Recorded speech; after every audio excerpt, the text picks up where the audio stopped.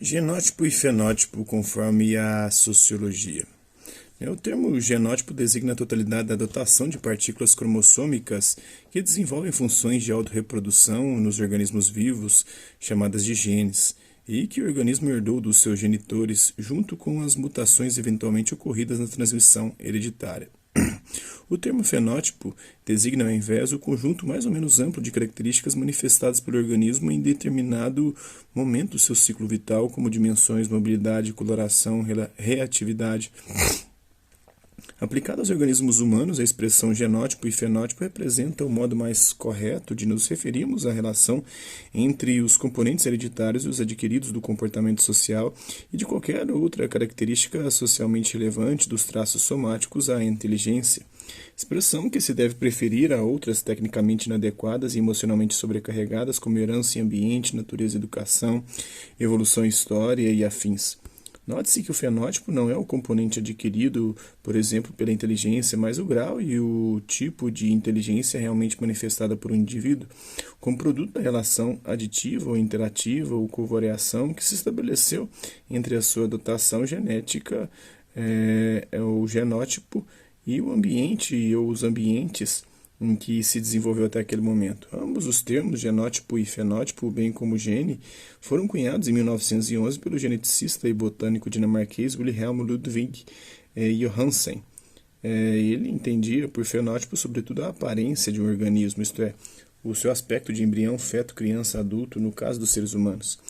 Depois o termo foi usado para entender o indivíduo com todas as características em que pode se decompor, incluídos, pois, além dos traços somáticos, as estruturas internas e o comportamento, quanto mais disfarçadamente para se entender um único traço, seja ele somático, por exemplo, a cor da pele, físico-químico, por exemplo, o grupo sanguíneo, o psíquico, por exemplo, uma habilidade mental medida por um teste, ou comportamental. De fato, qualquer organismo humano socializado constitui um sistema psicofísico de tal modo complexo, isso é, pode ser decomposto para fins de análise um número muito elevado de traços, que torna tecnicamente impossível e insignificante uma medição diferenciada que quisesse avaliá-lo de modo global. Por essa razão, o uso circunscrito do conceito de fenótipo, o fenótipo como um traço, vem há alguns lustros, predominando as pesquisas, as quais, com uma sofisticada instrumentação estatística, procuram estabelecer o quanto do fenótipo é determinado pelo genótipo. Os conceitos johansenianos de genótipo e fenótipo constituem um progresso radical em relação às três posições em que se dividia, naquela época, o campo de reflexão sobre as relações entre dotação biológica, hereditária e comportamental. A primeira posição, ilustrada de modo eminente pelos trabalhos de Galton, Pearson, Sergi e de suas respectivas escolas, tendia a identificar as características evidentes de uma população com as suas características hereditárias, a atribuir às segundas a capacidade de se afirmar acima e até contra qualquer fator ambiental, a fazer depender os eventos históricos de uma sociedade unicamente das variações ocorridas nos caracteres hereditários da sua população, segundo Galton, Pearson, Sergi. Para uma resenha do ponto de vista sociológico, tem o Sorokin também. A segunda posição, exemplificada por várias formas de historicismo, mas de modo particular pelo marxismo, defendia ao contrário a ideia de uma total maleabilidade do homem, cuja natureza seria ela própria um produto da cultura. A dotação genética, as características inatas dos seres humanos eram aí reduzidas à completa insignificância, segundo Mandelbaum, em 1971. Note-se que esse autor usa o termo geneticismo para entender a ênfase dada à experiência em detrimento dos caracteres inatos, isto é, o oposto de geneticamente determinado.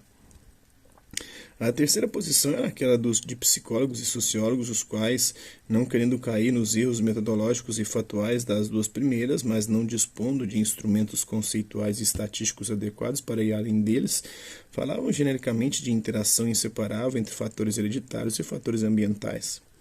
Apesar da proposta de Johansen e dos progressos realizados em muitas décadas de pesquisa sobre as relações entre genótipo e fenótipo, as três posições supracitadas estão até hoje presentes na literatura sociológica, antropológica e psicológica. Das três, porém, aquela que pareceu dominar a década mediana do século XX foi a segunda, inspirada numa imagem do homem, do ser humano, que o representa como uma tábua rasa sobre a qual as relações sociais e a cultura escrevem qualquer tipo de pensamento e de conduta, ideia que remonta a John Locke, que marcou, desde a metade do século XIX, a reação idealista e historicista ao positivismo sociológico. Ela pode ser encontrada em sociologia nas várias formas de concepção ultrassocializada do ser humano, do homem, em antropologia, no estudo do homem, do ser humano, nos autores que acentuam, além de qualquer medida, as capacidades de determinação da cultura,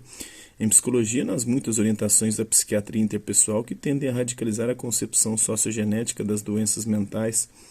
A sobrevivência no campo científico de tais posições, cada uma das quais parece recorrer impávida de uma geração a outra sob formas ora mais grosseiras, ora mais elaboradas, foi tornada possível tanto pela intensa carga afetiva e ideológica que sempre pesou sobre os dois termos do debate, seja pelas objetivas dificuldades metodológicas que se interpõem a uma correta impostação da pesquisa sobre as relações entre genótipo e fenótipo. Analisando os mal-entendidos de que elas têm sido objeto, podemos tentar resumi-las em alguns pontos centrais. A questão de fundo pode ser proposta deste modo, dada a diferença observada em medida estatisticamente significativa entre duas populações no que se refere a um ou mais caracteres ou traços fenotípicos, quanto desta diferença é imputável ao genótipo das duas populações e quanto, ao invés, aos fatores ambientais, naturais ou socioculturais. A medição da parte atribuída ao genótipo, a fim de determinar algum valor absoluto de fenótipo, é, pois, totalmente estranha a esse tipo de pesquisa, até porque o conceito de valor absoluto de um traço fenotípico é desprovido de sentido.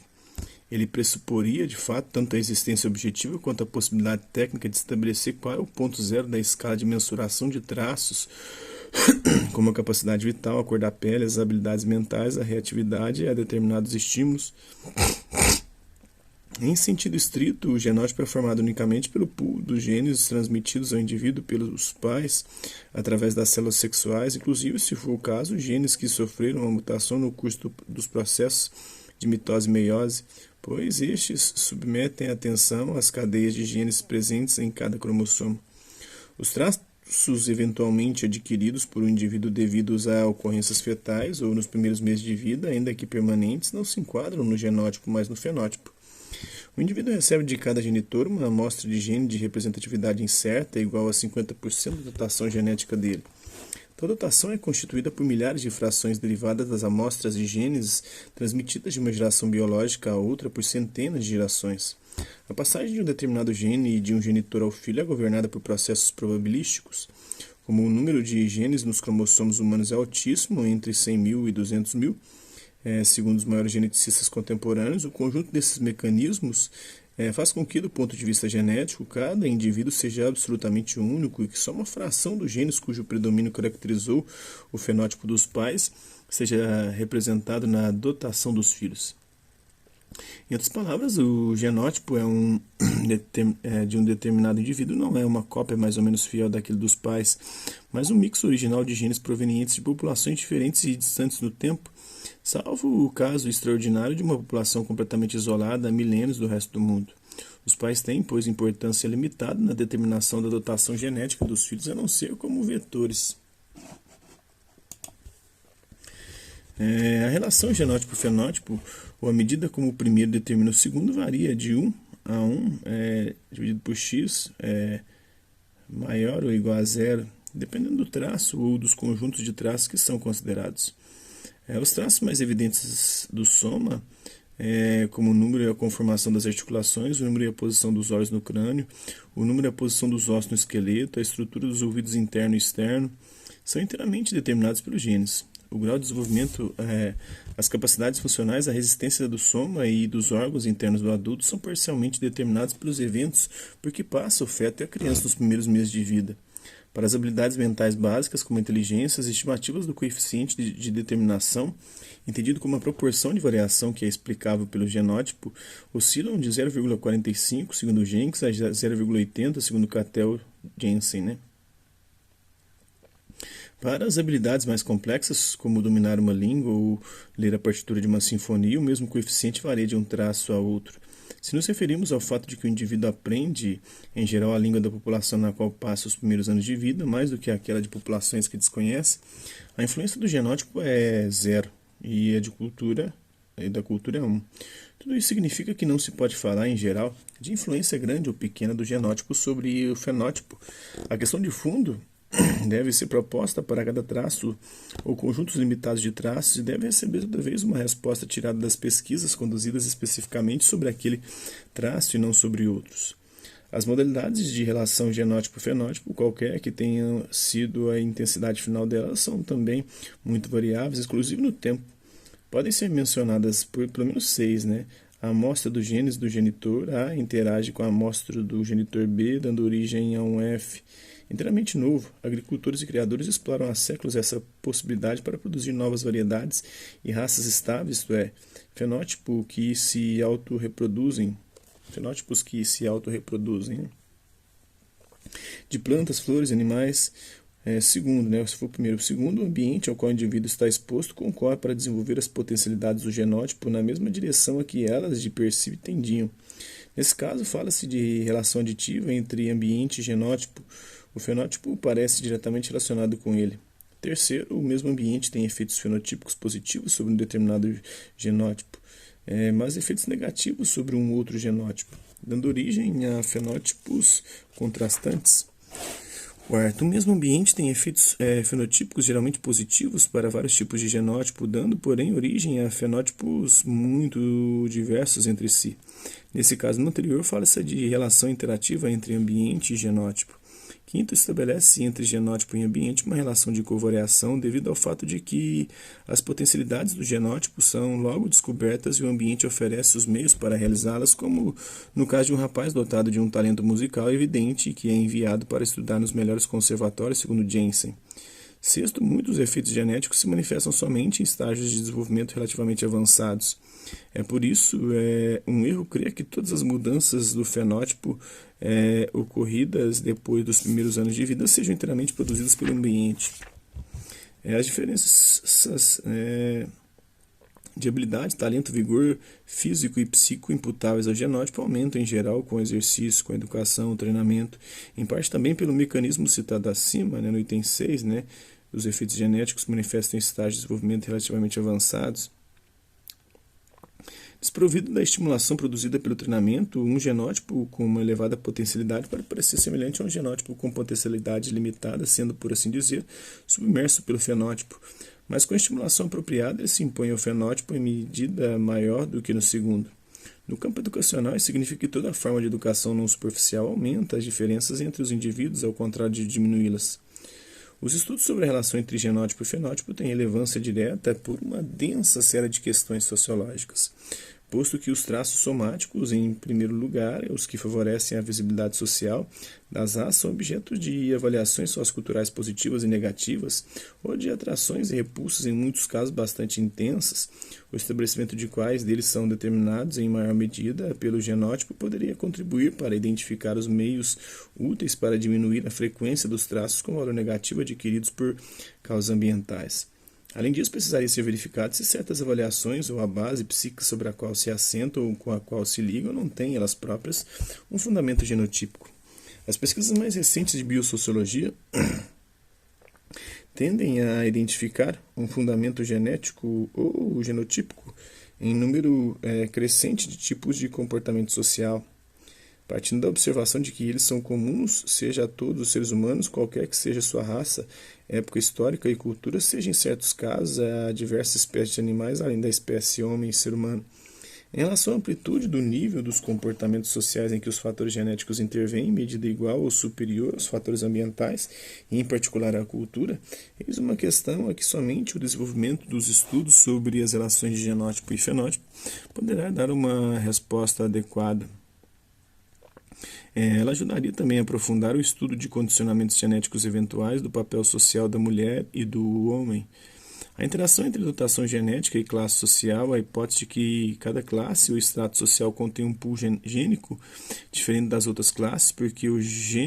genótipo determina qual será a classe de chegada de muitos indivíduos adultos, mais do que a sua classe de origem. A influência do genótipo sobre a mobilidade social são outros problemas que nenhuma teoria da estratificação social deveria eximir-se de enfrentar, embora a sociologia moderna e contemporânea os tenha virtualmente ignorado depois do declínio do positivismo. A esse propósito, é preciso observar que a hipótese de composição genética diferenciada das classes sociais depõe em sentido contrário da ideia da hereditariedade da posição de classe. De fato, pelo que foi notado, todo indivíduo porta uma fração minoritária da dotação genética que garantiu a predominância de certos traços psicofísicos nos pais. Muitos outros genes que, por assim dizer, atravessaram os pais, sem caracterizar seu fenótipo, concorrem para determinar nele um fenótipo diferente que pode resultar suficiente para fazê-lo subir ou descer na estratificação social. E, de fato, resulta suficiente em 30% dos casos em cada geração, segundo um dado com o qual concordam muitas pesquisas sobre taxas de mobilidade nas sociedades industriais. Dada a importância do modo como as necessidades são concebidas de um lado e como se manifestam e são satisfeitas numa sociedade, especialmente através das instituições, estabelecerem quais desses modos intervém uma determinação genética elevada oferecia indicações essenciais para o melhoramento da organização social e assentaria em bases mais sólidas a crítica às necessidades mais ou menos amplas induzidas pelo sistema social e pela cultura. Além da inteligência, o genótipo é um fator ativo na determinação diferenciada dos tipos de personalidade de caráter social, que, por sua vez, são um fator fundamental do desenvolvimento do funcionamento da crise e dos sistemas sociais. Compreender melhor o peso relativo dos fatores genotípicos e os mecanismos com que eles operam dentro de diferentes tipos de sistema social, através dos sistemas intrapsíquicos, ofereceria contribuições de primeira grandeza à elaboração posterior da teoria sociológica, com especial referência à compreensão dos processos de seleção genética que estão ativos dentro dos sistemas sociais, com suas repercussões no campo da evolução da espécie humana. O reconhecimento da unicidade genética de cada indivíduo e, portanto, do fato de que cada um é um portador de um potencial de desenvolvimento fenotípico diferente de qualquer outro, deveria favorecer o desenvolvimento de formas de organização social, de socialização, de educação, destinadas a descobrir o mais rápido possível as potencialidades presentes no genótipo e oferecer a cada um as melhores oportunidades para o desenvolvimento e afirmação da sua única e irrepetível diversidade, segundo o Dobzhansky. Uma das questões, e não a menor, que giram em torno da necessidade de aprofundar em matriz propriamente sociológica o estudo das relações genótipo e fenótipo refere-se à configuração e às funções do geneticismo, entendido aqui como aceitação metodológica e empiricamente não justificada da hipótese de que todo fenótipo é determinado pelo genótipo, e do seu oposto, o ambientalismo, entendido como a aceitação igualmente não justificada da hipótese de que o fenótipo é totalmente independente do genótipo, pois depende por inteiro das relações sociais e da cultura como forma de ideologia. Por causa da exacerbação dessas duas constelações ideológicas, houve o desencorajamento e o bloqueio quase que em ciclos alternados no plano internacional das pesquisas das ciências que não pareciam de acordo com as teses incorporadas por uma ou por outra. A esse respeito, são casos opostos e exemplares a doutrina da superioridade da raça ariana, a qual se deve, em conexão com outros fatores culturais e políticos, a interrupção por quase uma geração dos estudos sociológicos na Alemanha. E o lysenkoísmo, isto é, a doutrina da herança dos traços fisiológicos adquiridos, que paralisou até por mais tempo os estudos de genética na Rússia, segundo Joravsky.